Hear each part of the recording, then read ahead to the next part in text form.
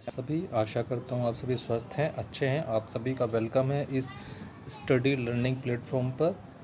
आप सभी इसको सब्सक्राइब कीजिए ताकि स्टडी से रिलेटेड वीडियो आपको प्राप्त होती रहें। हम जो एक नई सीरीज़ शुरू करने जा रहे हैं जो है समसामयिक घटना चक्र का, जो है ये जूनियर हाई स्कूल प्रधानाध्यापक एवं सहायक अध्यापक के लिए भर्ती हेतु है। ये अनिवार्य विषय है जो सामान्य ज्ञान का है। ये जो हम सेट शुरू करने जा रहे हैं, एक सेट में 50 क्वेश्चन होंगे, तो हम 25-25 क्वेश्चन करके एक सेट को 2 पार्ट में करेंगे और निश्चित रूप से ये आपको मदद करेगा ही आपके आने वाले एग्ज़ाम के लिए, चाहे यूपी का हो, चाहे वो कहीं का भी हो, टीचिंग से रिलेटेड हो और नॉन टीचिंग से रिलेटेड हो। क्यों? क्योंकि जो सामान्य ज्ञान है, समसामयिक है, ये हर एक एग्ज़ाम में मोस्टली पूछे जाते हैं। तो इसी के साथ हम शुरू करते हैं। 50 क्वेश्चन का एक सेट है ये, और इसमें हम 25-25 क्वेश्चन करके इसको सॉल्व करेंगे। तो नेक्स्ट जो हमारा क्वेश्चन स्टार्ट होता है, पहला क्वेश्चन क्या है? ब्रिटिश ईस्ट इंडिया कंपनी द्वारा लड़े गए निम्नलिखित युद्धों में से कौन सा सर्वाधिक निर्णायक युद्ध था? कौन सा सर्वाधिक निर्णायक युद्ध था? मैं 5 से 7 सेकंड का टाइम दूंगा आपको। आप 5-7 सेकंड में गैस कीजिए और फटाफट इसको आंसर करते हैं। ज़्यादा टफ क्वेश्चन नहीं है ये। पहला है बक्सर की लड़ाई, बी जो है प्लासी की लड़ाई, सी जो है प्रथम आंग्ल सिख युद्ध, डी जो है प्रथम आंग्ल मैसूर युद्ध। तो सर्वाधिक निर्णायक जो था वो क्या था? बक्सर की लड़ाई। बक्सर की लड़ाई जो कि 1764 में हुई थी, ये सर्वाधिक निर्णायक युद्ध था। इसके बाद उत्तर भारत की तरफ जो है अंग्रेज़ों का स्वामित्व हो गया था, कंट्रोल हो गया था उनका। नेक्स्ट जो क्वेश्चन है हमारा क्या है? अगस्त 1947 में स्वतंत्रता दिवस के समारोहों में निम्नलिखित में से कौन नेता कहीं भी सम्मिलित नहीं हुआ? आजकल के नहीं वाले क्वेश्चन ज़्यादा आ रहे हैं, तो इसको मार्क कर लीजिएगा। कौन से नेता जो है सम्मिलित, जो सबको पता है 15 अगस्त 1947 में हमारा देश जो है आज़ाद हुआ, और जो स्वतंत्रता दिवस का समारोह हुआ कहीं भी, उसमें से इन 4 नेताओं में से एक नेता ऐसे थे जो कहीं भी सम्मिलित नहीं हुए। जैसे ए जो है वो क्या है ऑप्शन? जवाहरलाल नेहरू, बी महात्मा गांधी, वल्लभ भाई पटेल, डी राजेंद्र प्रसाद। तो गैस कीजिए कौन सा आंसर सही है? बी महात्मा गांधी जो है किसी भी समारोह में शामिल नहीं हुए, क्योंकि जो है स्वतंत्रता के बाद हालात कुछ गंभीर हो गए थे, अशांति फैली हुई थी, और ये किसी भी समारोह में शामिल नहीं हुए। ये कलकत्ता में थे। डी हिंदी का पहला समाचार पत्र उन्नत मार्तंड 1826 ईस्वी में प्रकाशित हुआ। देखिए एक क्वेश्चन के अंदर एक और क्वेश्चन आपको बन गया। हिंदी का पहला समाचार पत्र कौन सा हो गया? उत्तम मार्तंड 1826 में प्रकाशित हुआ था। बताना है कि कहाँ से हुआ था? कोलकाता से, पटना से, इलाहाबाद से, लखनऊ से। गैस कीजिए। बिल्कुल ये जो है कोलकाता से। और इसके जो संपादक थे वो कौन थे? जुगल किशोर शुक्ल। ये क्वेश्चन ही पूछा जाता है, उत्तम मार्तंड के संपादक कौन थे? तो जुगल किशोर शुक्ल। नेक्स्ट जो हमारा क्वेश्चन है, चौथा क्वेश्चन क्या है? निम्नलिखित में से कौन लगातार 6 वर्ष तक भारतीय राष्ट्रीय कांग्रेस के अध्यक्ष बने रहे? लगातार 6 वर्षों तक भारतीय राष्ट्रीय कांग्रेस के अध्यक्ष बने रहे हैं, यानी कि इसकी भारतीय राष्ट्रीय कांग्रेस की स्थापना कब हुई थी? 1885 ब्रिटिश रिटायर्ड अधिकारी डॉक्टर ए.ओ. ह्यूम के द्वारा। और हर साल इसके सम्मेलन होते थे, स्वतंत्रता से संबंधित जो है वहाँ पर समारोह किया जाता था, और हर साल जो है अध्यक्ष जो है बदले जाते थे या बनाए जाते थे। अब इसमें 6 वर्षों तक लगातार जो है भारतीय राष्ट्रीय कांग्रेस के अध्यक्ष कौन थे बताना है। जवाहरलाल नेहरू, अबुल कलाम आज़ाद, जी के गोखले या दादा भाई नौरोजी। तो इसमें से गैस करना आपको बताना है।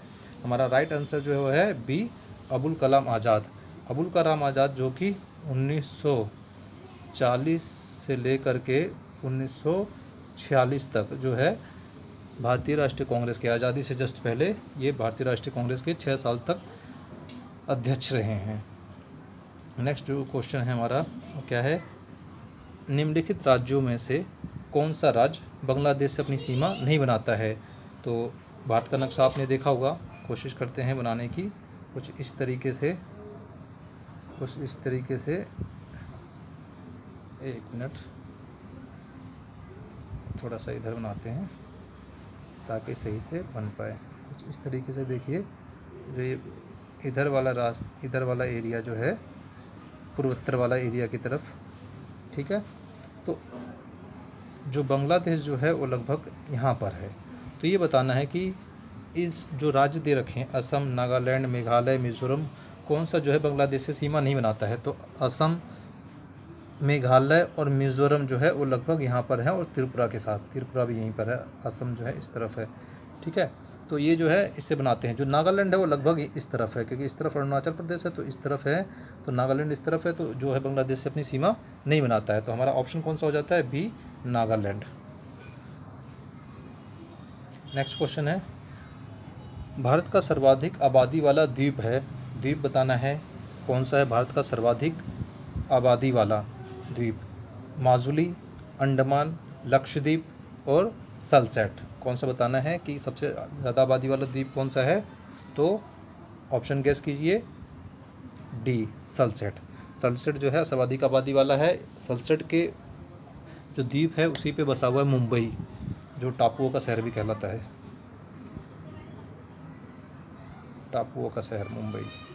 देखिए नेक्स्ट क्वेश्चन जो है 7वां, बांग्लादेश में प्रवेश करने के बाद गंगा नदी को किस नाम से जाना जाता है। जो गंगा नदी है वो भारत में जो बहती है, बहने के बाद वो जो निकलती है और बांग्लादेश में जाती है, तो बांग्लादेश में उसे किस नाम से जाना जाता है ये बताना है। लोहित, पद्मा, काली गंगा या नवगंगा। तो इसका जो राइट ऑप्शन है गेस कीजिए, बी, पद्मा। गंगा जो है जब बांग्लादेश में प्रवेश कर जाती है तो उसे पद्मा के नाम से जाना जाता है।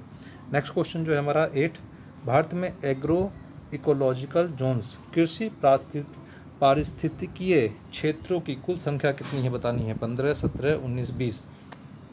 बिल्कुल, इसका जो राइट आंसर है वो क्या है, डी, 20 जो है कृषि पारिस्थितिकीय क्षेत्रों की संख्या जो है वो 20 है। 8 क्वेश्चन के बाद हमारा जो बनता है 9 क्वेश्चन। 9 क्वेश्चन जो है क्या बोल रहा है हमें, पढ़िए। निम्नलिखित स्थानों में से कहाँ पर भागीरथी एवं अलकनंदा नदियाँ मिलती है। देखिए एक तरफ से भागीरथी आती है, एक तरफ से अलकनंदा आती है, तो दोनों जो है कहीं ना कहीं मिलती है। तो उस स्थान का नाम बताना है। देवप्रयाग, कर्णप्रयाग, विष्णुप्रयाग, रुद्रप्रयाग। तो राइट ऑप्शन क्या है, ए, देवप्रयाग। देवप्रयाग में मिलती हैं दोनों नदियाँ, भागीरथी और अलकनंदा, और इसके बाद जो एक नदी निकलती है, नदी की धारा निकलती है, उसको हम गंगा के नाम से जानते हैं। तो इन दोनों नदियों का जो मिलन होता है उसके बाद जो निकलती है गंगा नदी।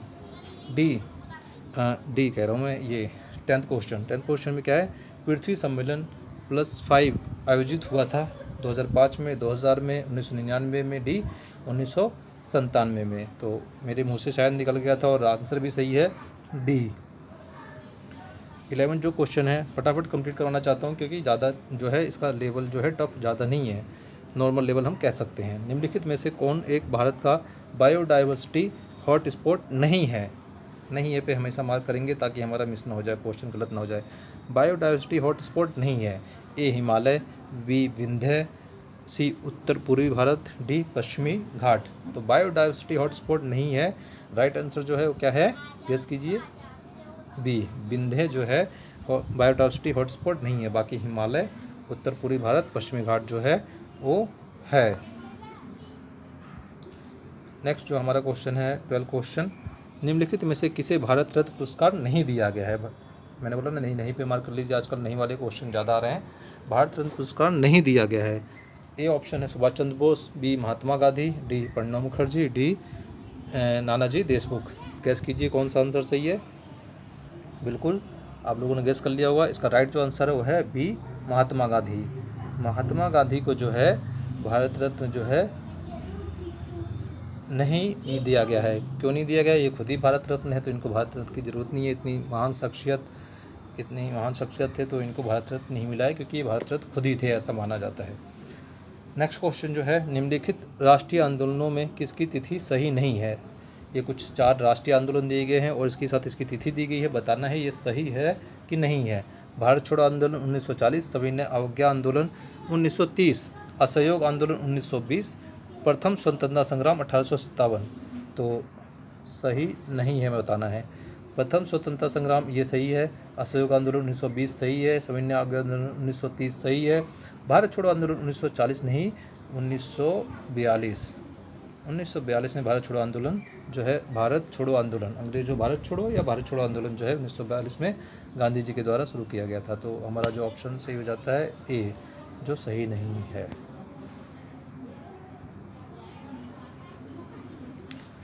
14 क्वेश्चन क्या है, निम्नलिखित में से कौन सा एक भारत के राष्ट्रीय जलवायु परिवर्तन कार्य योजना के 8 मिशनों में शामिल नहीं है। राष्ट्रीय जलवायु परिवर्तन कार्य योजना में जो 8 मिशन है उसमें शामिल नहीं है।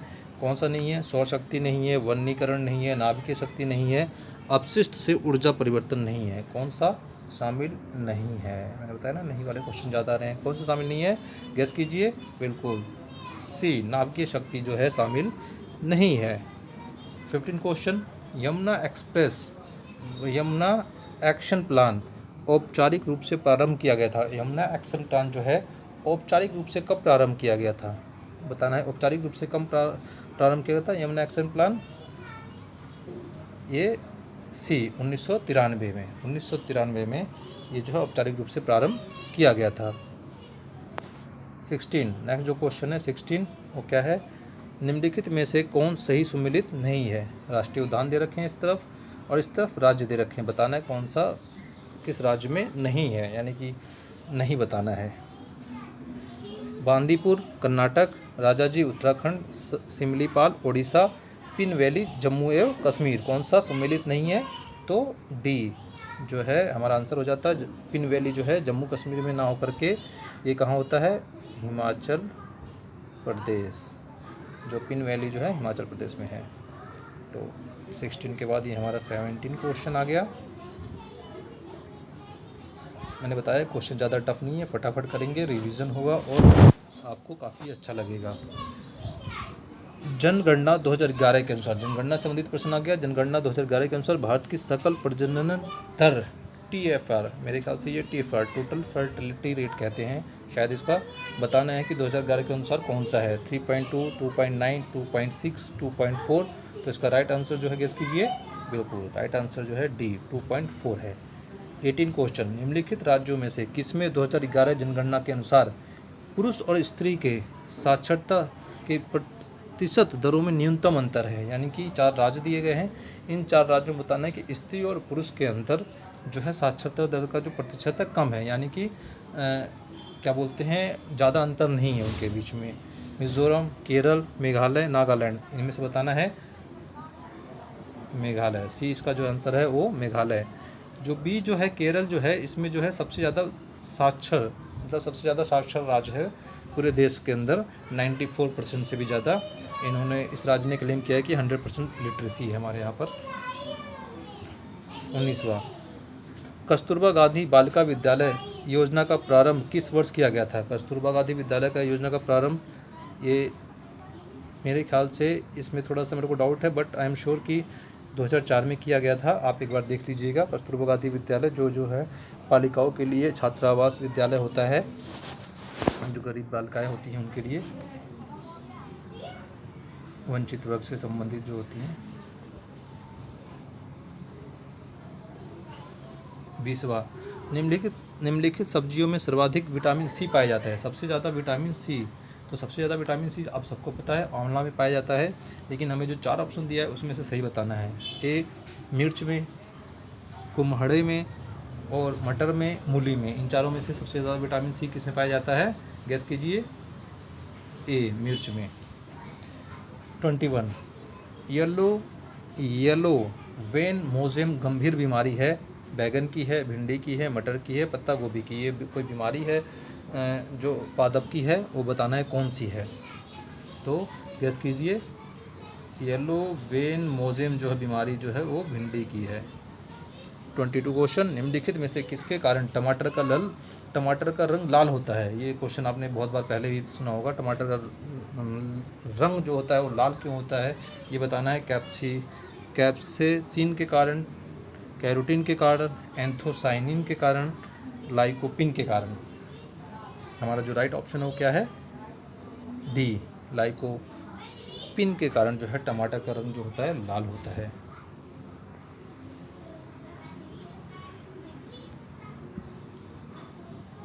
ट्वेंटी जो क्वेश्चन है वो क्या है? निम्नलिखित में से कौन पादप हार्मोन है? बताना है कि कौन सा पादप जो है हार्मोन है। इंसुलिन, थायरॉक्सिन, साइटोकाइनिन, एस्ट्रोजन, इसमें से बताना है कौन सा पादप हार्मोन है। थोड़ा सा कठिन होगा, शायद बहुत ही कम सुना होगा ये आप लोगों ने, लेकिन इसका जो राइट आंसर गेस कीजिए सी, साइटोकाइनिन। 24 जो क्वेश्चन है उसका जो है, गोल्डन चावल एक प्रचुर स्रोत है। गोल्डन चावल जो है एक प्रचुर स्रोत है। प्रचुर स्रोत है किस चीज़ का प्रचुर स्रोत है? विटामिन ए का, विटामिन बी का, विटामिन के का या विटामिन सी का। तो गोल्डन चावल जो प्रचुर स्रोत है उसके अंदर सबसे ज़्यादा पाई जाती है, क्या पाई जाती है? Vitamin A. लास्ट क्वेश्चन है ये 25, मैंने बताया कि 25-25 का सेट करेंगे। संविधान के निम्नलिखित संसाधनों में से किसके अंतर्गत भारत में महिलाओं के लिए ग्राम पंचायतों में 30% स्थान आरक्षित किया गया है? अगर मेरी आवाज़ ज़्यादा लग रही है, जल्दी जल्दी बोला जा रहा है, तो आप रोक करके ऑप्शन अपना गैस कर सकते हैं, फिर आप देख सकते हैं कि आपका कौन सा सही है। संविधान के निम्नलिखित संशोधनों में से किसके अंतर्गत भारत में महिलाओं को ग्राम पंचायतों में 30% आरक्षित स्थान आरक्षित किया गया है? यानी कि संशोधन हुआ था जिसमें ग्राम पंचायतों में महिलाओं को 30% आरक्षण दिया गया था, वो संशोधन बताना है। 17वां था, 71वां था, 73वां था या 74वां था? तो जो संविधान संशोधन था, जो इसका राइट आंसर वो क्या है? 73वां संविधान संशोधन जो है ग्राम पंचायत से संबंधित है, जिसमें 1/3 महिलाओं को आरक्षण दिया गया है ग्राम पंचायतों के अंतर्गत। तो उम्मीद करता हूँ ये क्वेश्चन आपको अच्छे लगे होंगे। चैनल को सब्सक्राइब कीजिए, अच्छा लगा तो लाइक कीजिए, जिससे कि ये फ्री ऑफ कॉस्ट है, इसका कोई चार्ज नहीं है, और आपको इससे रिलेटेड वीडियो मिलती रहे। अपना ध्यान रखिए, पढ़ते रहिए, टेक केयर।